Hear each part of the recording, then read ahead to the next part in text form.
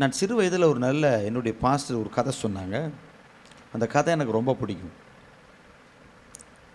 2 சிறுவர்கள் இருந்தாங்க. அந்த 2 சிறுவர்களும் ஸ்கூல் போகணும். ஒரு 2 கிலோமீட்டரு தோட்டத்து வழியாக நடந்து தான் என்ன செய்யணும்னா அவங்க ஸ்கூல் போயிட்டு வரணும். டெய்லி தோட்டத்து வழியாக நடந்து போவாங்க வருவாங்க. ஒரு நாள் அவங்க ஸ்கூல் போயிட்டு வரும்போது அந்த தோட்டத்தில் நல்ல கத்தரிக்காய் என்ன பண்ணியிருக்கு, நல்லா விளைஞ்சிருக்கு. அப்போ ராமு சோமுன்னு 2 நண்பர்கள், ராமு சோமு. இந்த 2 பேரும் என்ன பண்ணுறாங்க, கத்திரிக்காய் நல்லா பை நிறைய பிடிங்கிட்டு வந்துடுறாங்க. திருடிட்டு வர்றாங்க. அடுத்தவங்க தோட்டத்தில் திருடிட்டு வர்றாங்க. வந்த உடனே இந்த ராமுவோட தாயிட்ட கொண்டு வந்து கொடுக்குறான். அவன் என்ன பண்ணுறான், தாயிட்ட கொடுத்தோன்னே தாய் நல்லா, எங்கே சாமியா பிடுங்கினே, ரொம்ப நல்லா இருக்கு, கத்திரிக்காய் எப்போ இருக்கு, ரொம்ப நல்லா இருக்கே அப்படின்னு நல்லா எண்ணெய் கத்திரிக்காய் போட்டு அதில் கருவாடும் போட்டு நல்லா பிரட்டி ராமுக்கு கொடுத்துருச்சு. ராமு சுவையாக சாப்பிட்றாரு, அவங்க அம்மாவும் சுவையாக சாப்பிட்றாங்க. நல்ல சூப்பராக இருக்குது, நாளைக்கும் பிடிங்கிட்டு வான்னு ராமுவை சொல்கிறாங்க. யார் சொல்கிறா, ராமோட அம்மா. அங்கே சோமு வீட்டில் கொண்டந்த உடனேயே அவங்க அம்மா அடியை போட்டு, எவன் தோட்டத்தில் அப்படின்ட்டு வந்த கேட்காம திருட்டு பையலன்னு அடித்து கொண்டு போய் அங்கேயே போட்டு வாடான்னு விரட்டுறாங்க.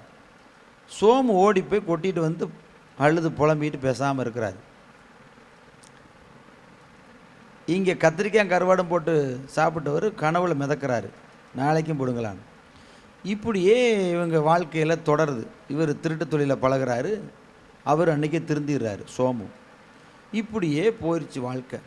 போய் வளர்ந்துருச்சு, பல வருஷம் ஆயிடுச்சு. இவர் ஒரு திருடராகி கொலைகாரனாகி ஜெயிலுக்கு பிடிச்சி போயிட்டாங்க.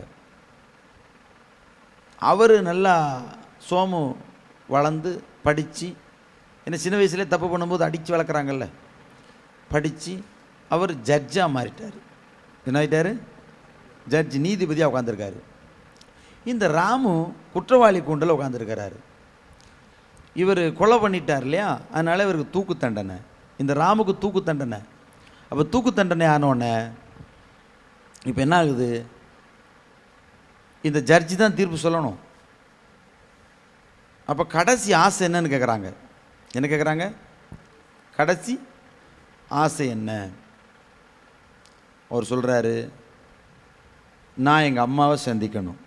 யார் சொல்கிறார், ராமு. நான் எங்கள் அம்மாவை சந்திக்கணும்.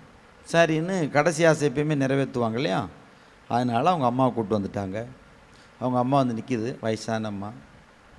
அப்போ எங்கள் அம்மா காதில் நான் ஒரு சங்கதி சொல்லணும் அப்படின்னு சொல்கிறாங்க. அது கணம் கோட்டார் அவர்கள் என்ன செய்கிறாங்க, அதுக்கு ஒத்துழைப்பு கொடுத்து பேச விடுறாங்க. இவர் போய் காதில் போய் அவங்க அம்மா காதை கடித்து துண்டாக எடுத்துட்டார் ராமு. அப்போ இந்த ஜட்ஜி சோமு எலும்பி பதறி, ஏன் இப்படி பண்ண அப்படின்னு கேட்குறாரு. அப்போ சொல்கிறாரு அந்த ராமு, நான் சின்ன வயசில் படிக்கும்போது ஸ்கூலில் முத போயிட்டு வரும்போது கத்திரிக்காய் திருடுனேன். அன்னைக்கு எங்கள் அம்மா நல்லா குழம்பு வச்சு கருவாடெல்லாம் போட்டு வாசனையாக கொடுத்து என்னை அப்படியே தண்டிக்காமல் விட்டதுனால நான் இன்றைக்கி இந்த இடத்துக்கு வந்துட்டேன். என் கூட இருந்த நண்பன் படித்து போயிட்டான் அப்படின்னு. உன் நண்பன் யாருன்னா சோமுங்கிறாங்க. அதுதான் இந்த சோமு. இவர் சொல்கிறார், இப்போ ஞாபகம் வந்துருச்சு அந்த சின்ன வயசில் கத்திரிக்காய் பிடுங்கினது, அடிச்சிடலாம். ஒரு சொல்ல, நான் தான் அந்த நண்பன். எங்கள் அம்மா அன்றைக்கி அடித்ததுனால நான் திருந்தி இன்றைக்கி படித்து முன்னேறிட்டேன். நீ செஞ்சது சரிதான் அப்படின்னு அவனுக்கு தூக்கு தண்டனை கொடுத்துட்டாங்க. இவன் இந்த சோமுங்கிறவர் நினச்சி வருத்தப்படுறாரு. இப்போ இந்த கதையிலேருந்து என்ன தெரியுதுன்னா, உங்கள் பிள்ளைகளை நீங்கள் என்ன செய்யணுங்க, கத்தருக்கேற்ற சிச்சையில் என்ன செய்யணும், வளர்க்கணும். கத்தருக்கேற்ற சிச்சை இல்லைன்னா உங்கள் பிள்ளையும் ஒரு நாள் ராமு மாதிரி குற்றவாளி கூண்டுக்கு போய் தூக்கு மேடைக்கு போயிடும். அல்லேலூயா. நான் பேசுகிறது உங்களுக்கு புரியுதா? அதனால் பிள்ளைகளுக்கு என்ன செய்யாதீங்க, அவங்களுடைய மாம்சத்துக்கு வழிவகுத்து கொடுக்காதீங்க. அவங்களுக்கு கத்தருக்கேற்ற சிச்சையில் வளர்க்கணும். அல்லேலூயா. நான் பேசுகிறது உங்களுக்கு புரியும்னு நினைக்கிறேன். அதனால் பிள்ளைகளை வீட்டில் ஜெபம் பண்ண வைங்க, வசனம் படிக்க வைங்க. பைபிள் சொல்லுது, பிரம்பை நாடாதவன் தன் பிள்ளையை பகைக்கிறான். வசனம் போட்டிருக்கு. பிரம்பை நாடாதவன் தன் பிள்ளையை பகைக்கிறான். பிரம்பு எடுக்கிறதுக்கு எடுத்தாகணும். பிரம்பு எடுத்தால் தான் சிலது என்ன செய்யும், திருந்தும். சும்மா அதை விட்டுட்டு நீங்கள் சும்மா வாயில் சொல்லிட்டு இருந்தால் அது கெட்டுடும். அது கெட்டு சீரழிகிறத உங்கள் கண்ணு முன்னாடி பார்த்தா அது எப்படி இருக்கும்? அதுக்கு நீங்கள் என்ன செய்யணும்னா, நல்லா அடித்து திருத்தி வளர்க்கணும். அல்லேலூயா. இன்றைக்கி அப்படி வளர்க்காதனால தான் இப்படியெல்லாம் இருக்குது.